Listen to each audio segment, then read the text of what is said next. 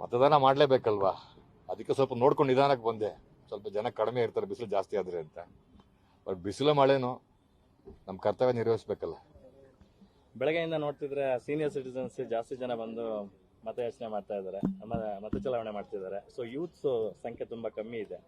ಏನ್ ಹೇಳಕ್ ಬಯಸ್ತೀರಾ ಸರ್? ಏನು ಹೇಳೋದು, ಪ್ರತಿ ಚುನಾವಣೆಯಲ್ಲೂ ಹೇಳ್ತೀವಿ, ನಿಮ್ಮ ಹಕ್ಕನ್ನು ಚಲಾಯಿಸಿ ಮತ ನೀಡಿ, ನಿಮ್ಮ ಕರ್ತವ್ಯ ಇದು, ಫಂಡಮೆಂಟಲ್ ರೈಟ್ ಅಂತೆಲ್ಲ ಹೇಳ್ತೀವಿ. ಪ್ರತಿ ಸರಿನೂ ಇದನ್ನೇ ಹೇಳ್ತೀವಲ್ವಾ.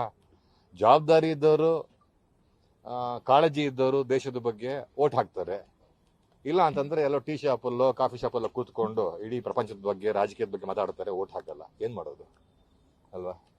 ಅವ್ರವ್ರು ತಿಳ್ಕೊಬೇಕು ಅದನ್ನು. ಯಾಕೆಂದರೆ ಪಾರ್ಲಿಮೆಂಟ್ ಎಲೆಕ್ಷನ್ ಇದು, ಬದಲಾವಣೆ ಆಗುವಂಥ ಒಂದು ಚುನಾವಣೆ. ಸ್ವಲ್ಪ ಜವಾಬ್ದಾರಿಯಿಂದ ಯಾರು ಬೇಕು ಯಾರು ಬೇಡ ಅನ್ನೋದನ್ನು ಅವ್ರವ್ರಿಗೆ ಇಷ್ಟ ಬಂದಾಗ ಅಟ್ಲೀಸ್ಟ್ ಅದನ್ನಾರು ಬಂದು ಹಾಕ್ಬೋದಲ್ವ.